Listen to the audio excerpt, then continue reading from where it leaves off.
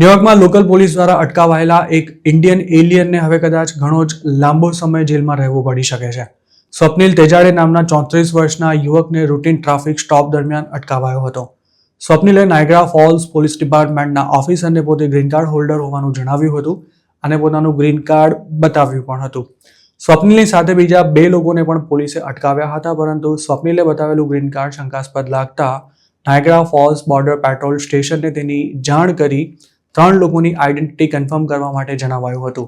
Border પેટ્રોલના એજન્ટ્સે local પોલીસના કહ્યા અનુસાર સ્વપ્નિલને જ્યાં રોકવામાં આવ્યો હતો ત્યાં પહોંચીને ત્રણેયની પૂછપરછ કરી હતી અને તેમની પાસે સિટીઝનશીપનો પુરાવો માંગ્યો હતો. તે વખતે સ્વપ્નિલે બોર્ડર પેટ્રોલ એજન્ટ્સે પણ ગ્રીન કાર્ડ બતાવ્યું હતું, પણ સાથે જ તે વખતે એવું પણ કબૂલ કરી લીધું હતું કે આ કાર્ડ નકલી છે. સ્વપ્નિલની ધરપકડ બાદ તપાસ દરમિયાન એવું પણ બહાર આવ્યું હતું કે તે ઇલીગલી યુએસમાં રહે છે અને તેની ધરપકડ કરાયા બાદ એજન્ટ્સે તેની પાસેથી એક સોશિયલ સિક્યોરિટી કાર્ડ પણ મળ્યું હતું, જેનો રેકોર્ડ ચેક કરવામાં આવતા તે પણ બનાવટી હોવાનું જાણવા મળ્યું હતું. સ્વપ્નિલની જુલાઈ 10, 2025ના રોજ ધરપકડ કરવામાં આવી હતી અને તેના 11 દિવસ બાદ તેની સત્તાવાર જાહેરાત કરાઈ હતી. ફેક ડોક્યુમેન્ટ્સ રજૂ કરવાના આરોપમાં સ્વપ્નિલને જો કોર્ટ કસૂરવાર ઠેરવે તો તેને 10 થી 20 વર્ષ સુધીની જેલની સજા તેમજ $2.5 લાખ જેટલો દંડ થઈ શકે છે.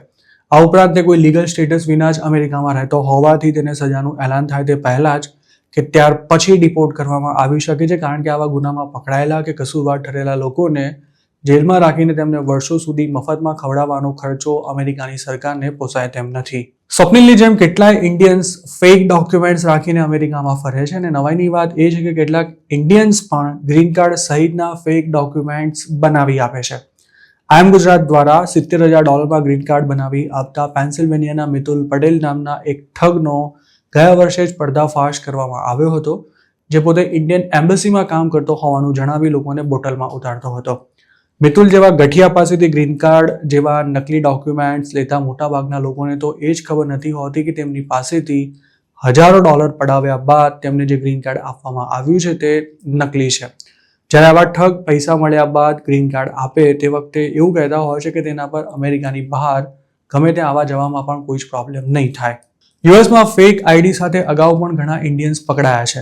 લોકલ પોલીસ જ્યારે કોઈને અટકાવતી હોય છે ત્યારે તેને આઈડી પ્રૂફ તરીકે ડ્રાઇવિંગ લાયસન્સ બતાવી શકાય છે અને યુએસના ઘણા સ્ટેટ્સમાં ઇલીગલ ઇમિગ્રન્ટ્સને પણ સરળતાથી ડ્રાઇવર્સ લાયસન્સ મળી પણ જાય છે, જેથી ફેક ડોક્યુમેન્ટ્સ મેળવવાના ચક્કરમાં પડવા કરતાં લીગલી ડ્રાઇવર્સ લાયસન્સ કઢાવી લેવું વધારે સલાહભર્યું છે. જેમ ગ્રીન કાર્ડ માટે ફેક મેરેજ કરતા લોકો પર હાલ ભીસ વધી રહી છે, તેવી જ રીતે ફેક ડોક્યુમેન્ટ્સ બનાવતા લોકોને પણ આઈસ શોધી રહી છે અને આ અંગે કોઈ ટીપ મળે તો તેના પર પણ તુરંત જ એક્શન લેવાઈ રહ્યા છે.